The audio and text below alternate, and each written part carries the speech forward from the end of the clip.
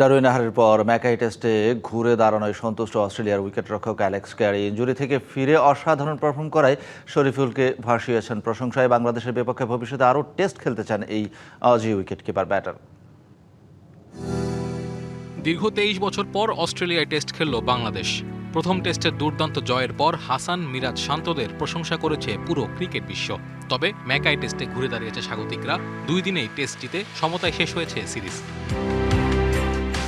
সোমবারের সংবাদ সম্মেলনে অস্ট্রেলিয়ার উইকেটকিপার ব্যাটার ক্যারি বলেন, প্রতিযোগিতা ছিল অনেক তীব্র এবং দুই দলের খেলোয়াড়দের মধ্যে ইতিবাচক মনোভাব লক্ষ্য করা গেছে। ম্যাচের পর বাংলাদেশি ক্রিকেটারদের সাথে মতবিনিময়ের অভিজ্ঞতা তুলে ধরেন তিনি। খুবই প্রতিদ্বন্দ্বিতাপূর্ণ সিরিজ হয়েছে এটি। সবার মাঝে ভালো স্পিরিট ছিল। ম্যাচের পর তাদের সাথে আমি আলোচনা করেছি। আলাপ করতে পেরে বেশ ভালো লাগছে।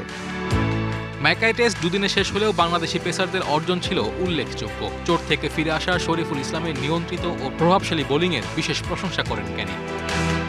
বাংলাদেশের সব পেসারই সিরিজে ভালো করেছে।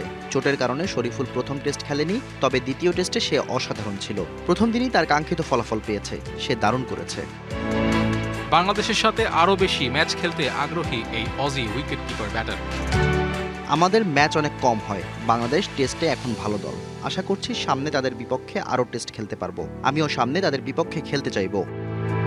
ডারউইন ও ম্যাকাই টেস্টের ভুল ত্রুটি থেকে শিক্ষা নিয়ে ঘুরে দাঁড়ানোর প্রেরণা পেয়েছে সিমন্সের শিষ্যরা। ঘরের মাঠে অক্টোবর-নভেম্বরে ওয়েস্ট ইন্ডিজের বিরুদ্ধে টেস্ট চ্যাম্পিয়নশিপের ম্যাচের পাশাপাশি আরব আমিরাতে আফগানিস্তানের বিরুদ্ধে টেস্ট সিরিজে যে অভিজ্ঞতা হবে বড় অনুপ্রেরণা। Naim Hamid, BBC news.